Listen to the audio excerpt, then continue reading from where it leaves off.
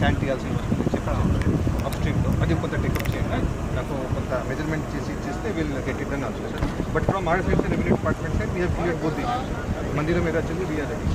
మిగతా గారేపల్లి వరకు తీసుకురావాలంటే ఒక LA వాళ్ళు 2019లో కూడా వచ్చేసారు సార్. బట్ లాస్ట్ అయిపోయింది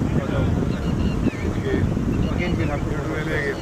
But see, after I spoke to you, did Sridhar Babu do a review with you? దాని తర్వాత సార్ కోడే వచ్చింది అట్ డిస్ట్రిక్ట్ లెవెల్ మీకు సార్ తమరు ఒకసారి అవకాశం ఇస్తే సార్ మన హైదరాబాద్ మేబీ అందరు కూర్చొని ఎందుకంటే it has canal of another sorry network of another. How much land acquisition required? అవన్నీ ఆ ఎంక్వైరీ రిపోర్ట్ ఇచ్చినాక వాళ్ళ రికమెండేషన్స్ అకౌంటబిలిటీ బట్టి నిర్ణయాలు ఉంటాయి. మేడిగడ్డతో అవసరం లేకుండా వాటర్ లిఫ్ట్ చేసే అవకాశం ఉందా? అట్లా అవకాశం ఉంటే ఇంత కోట్లు పెట్టి ఖర్చు పెట్టే మేడిగడ్డ వేస్తే కదా డౌట్.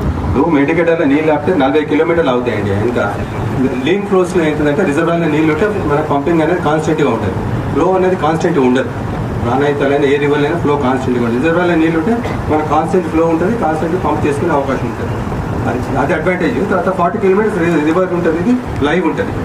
ఖరీఫ్ సీజన్కి ఏమైనా ప్రత్యామ్నాయంగా నీళ్ళు ఎత్తిపోసేటువంటి అవకాశం ఉందా? ఉన్నది, తప్పకుండా ఉంది. బట్ ఇది ఒకటే కాదు, మన కడెం నుంచి వస్తుంది, SRSP నుంచి వస్తాయి, దాని సెల్ఫ్ క్యాచ్మెంట్ ఉంటుంది, ఇవన్నీ ఉంటాయి. కాబట్టి ఇదన్నీ అయినాక లాస్ట్ ఆప్షన్ మనకి మిడిగడ్డనే లాస్ట్ ఆప్షన్. నుంచి నీళ్ళు ఎత్తడానికి సిద్ధంగా ఉన్నామని చెప్తున్నారు కదా, 17 కోట్లలో ఎన్ని రిపేర్ అయినాయి, ఎన్ని పని చేయట్లేవు, ఎవరి మీద చర్యలు తీసుకున్నారు, అసలు స్టేటస్ ఏంటి?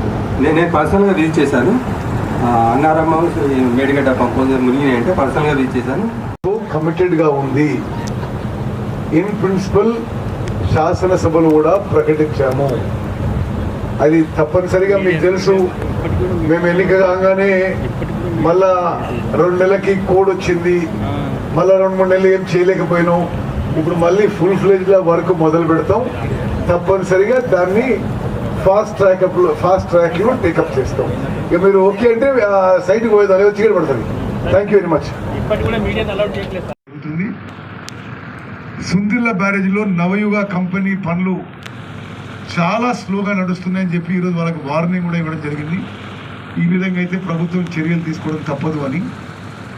ఈ వారం 10 రోజుల్లో మ్యాక్సిమం మిషనరీ, మ్యాన్ పవర్ మొత్తం మొబిలైజ్ చేసి ఈ ఇంటరిమ్ మెజర్స్ ఒక కొలిక్కి తీసుకురావాలని చెప్పి కూడా చెప్పడం జరిగింది. ఇప్పుడు జరుగుతున్న విషయాలు irrigation department engineering chief Anil గారు బ్రీఫ్ చేస్తారు. ఆ తర్వాత L&T ప్రతినిధి మాట్లాడతారు.